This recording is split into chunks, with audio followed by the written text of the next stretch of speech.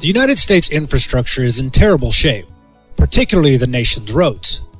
The American Society of Civil Engineers estimates that 32% of America's major roads are in poor or mediocre condition, and that immediately the nation's annual investment in roads alone must be drastically increased to $170 billion per year. Here we'll shine a spotlight on an issue which has been overlooked or ignored by government officials for decades, and which the general public is totally unaware, yet is one of the most expensive and unnecessary waste of taxpayer money: overweight trucks. And not just overweight, but grossly overweight trucks, exceeding weight regulation limits by tens of thousands of pounds, inflicting over 700% more damage to the roads they drive on, resulting in roads all over the nation requiring repair at a far greater frequency than they would otherwise. Seriously addressing this problem that plagues our roads is long overdue and can save American taxpayers hundreds of billions. First, let's look at the weight laws. In the early 1900s, vehicle weight regulations were left completely to the individual states. But even into the 1950s, the states couldn't agree to uniform standards, and there were wide and inconsistent variations from one state to the next. So in 1956, the federal government began regulating vehicle weights on federal highways, introducing uniform weight standards to the country for the first time.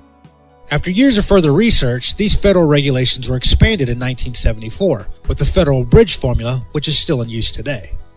These federal regulations limit the weight on any single axle to 20,000 pounds, and the total gross weight on a truck or any group of axles on the truck is limited according to the formula, which is based on the number of axles and the distance from the first axle to the last, essentially allowing a truck to be heavier when there are more axles and/or there is more distance to spread its weight out.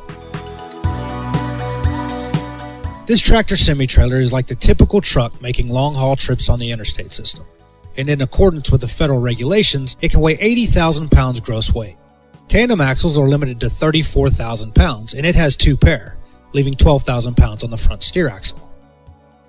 As you might expect, shorter trucks like this dump truck, this garbage truck, and this concrete truck are limited to much lower gross weight by the federal bridge formula. With this axle spacing, which is common for all 3 of these truck types, each is allowed 51,000 pounds total weight. And comparing their allowable weights to the semi-trailer, the results of the federal bridge formula make sense.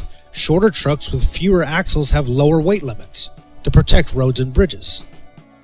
But while the federal bridge formula is entirely logical, utterly illogical is the fact that today, over 40 years later, a great number of commercial trucks on our roads exceed its limits by shocking and destructive amounts. Some in violation of the weight laws due to lack of enforcement and punishment, but in many cases because old state laws, most written decades ago, completely allow it. You see, the federal weight regulations apply to the federal highway system, but over 95% of the nation's roads are actually state and local roads, and are therefore still regulated by the individual states. And still today, there are wide and inconsistent variations from one state to the next, and many state weight limits exceed the federal bridge formula limits.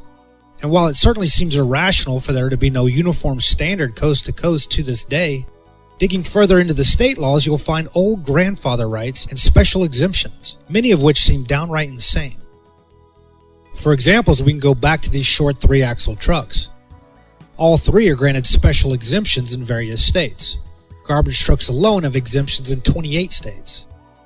All special exemptions allow the trucks to greatly exceed federal and state weight limits.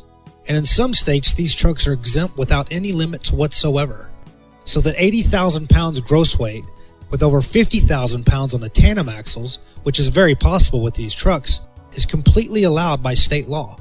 But while the special exemptions insanely allow trucks to carry absurd weights like this by law, today essentially every truck on every state and local road is in effect exempt, because weight law enforcement is virtually non-existent, and the punishment for violations are typically so minuscule they're laughable. So all over the nation, grossly overweight trucks like these are running rampant, and the additional damage they're inflicting on the roads is even more severe than you might think.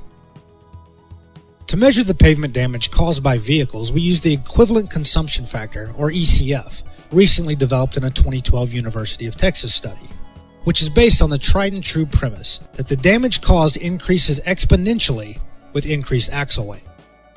And when loaded to the maximum allowed by federal regulations, these trucks each have a total ECF value of 4.1, while when grossly overweight like this, each has a total ECF value of 31.6. What this means is that these overloaded trucks do 770% more damage to the pavement by being overloaded. 770% more. To put it another way, just one of these trucks overloaded like this consumes the road at a higher rate than 7 similar trucks that aren't overloaded. This truck does more damage than all of these trucks combined.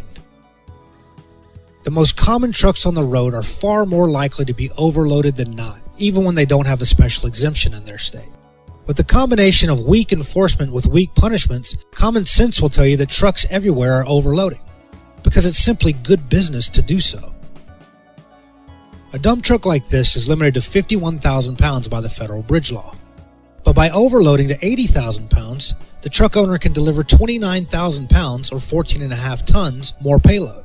If we conservatively figure the owner will make $5 per ton of payload, that comes to $72.50 in additional earnings every time the truck hauls overloaded.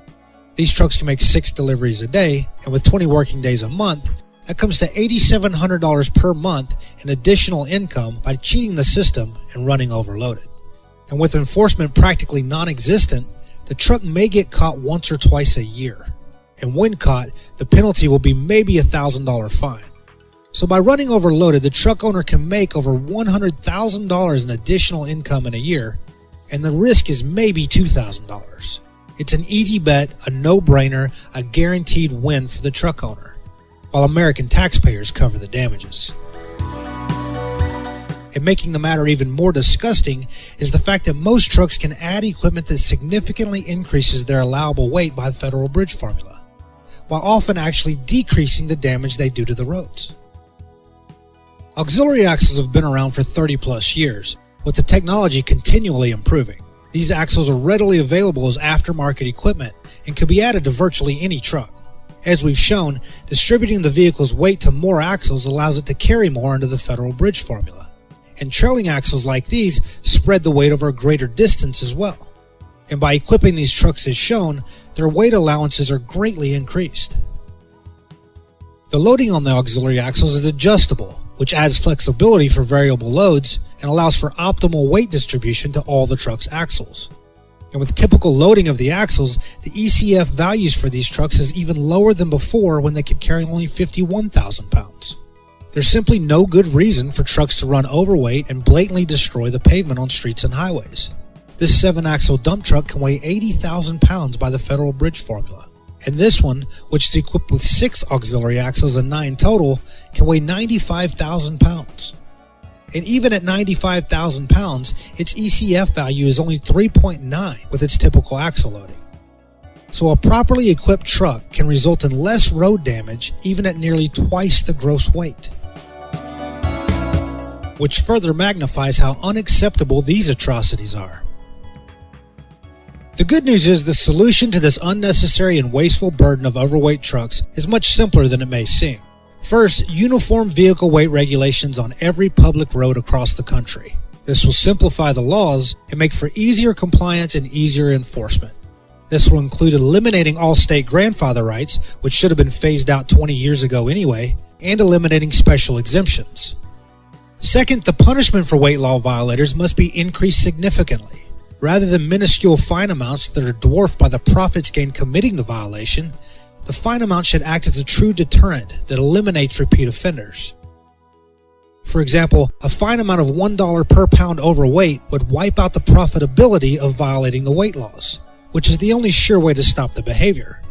And such an increase in fines will naturally increase enforcement, as the fines can then fund weighing equipment and enforcement costs while making the task of weighing trucks worthwhile for the officer and his or her department. This is truly a common sense solution. Vehicle weight regulation, uniformity, and enforcement were important issues to the Reagan administration. The Surface Transportation Assistance Act of 1982 required the states to enforce the federal regulations on federal highways or else lose federal highway funding, which was extremely effective. And Reagan strongly encouraged nationwide uniformity at the state level as well, successfully convincing several states to adopt the federal regulations statewide while he was in office.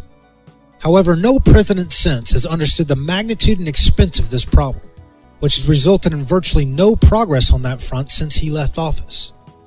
But today, with the new Trump administration focused not only on eliminating wasteful government spending, but rebuilding the nation's infrastructure as well, perhaps this decades-long plague of overweight trucks will finally meet its end.